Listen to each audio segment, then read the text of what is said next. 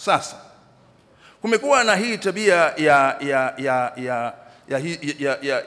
hivi tunavita vikwazo vinavyowekwa na nchi moja kwa nchi nyingine bila kupitia utaratibu wa Umoja wa Mataifa, Baraza la Usalama, au bila kupitia jumuiya za kikanda.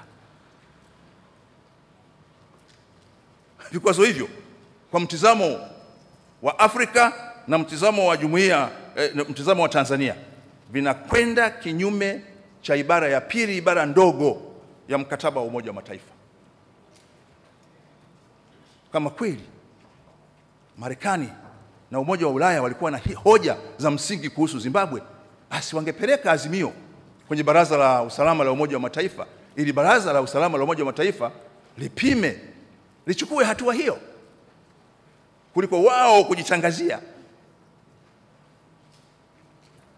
Na ndio maana Umoja wa Mataifa katika azimio lake namba 2721 lilianzisha ofisi ya mtu anaitwa Special Rapporteur on Negative Impact of Unilateral Coercive Measures on Human Rights.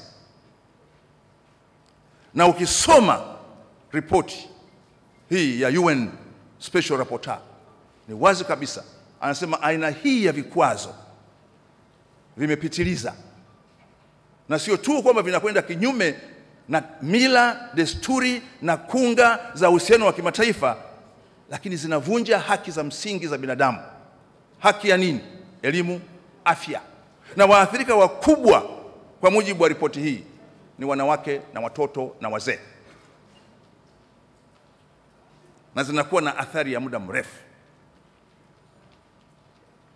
Na ndio maana Baraza Kuu la Umoja wa Mataifa katika azimio lake A/Res/58/200 la mwaka 2014 limelaani aina hii ya vikwazo ambavyo vinatumika kama nyenzo ya kuweka shinikizo la kisiasa na kiuchumi dhidi ya nchi nyingine.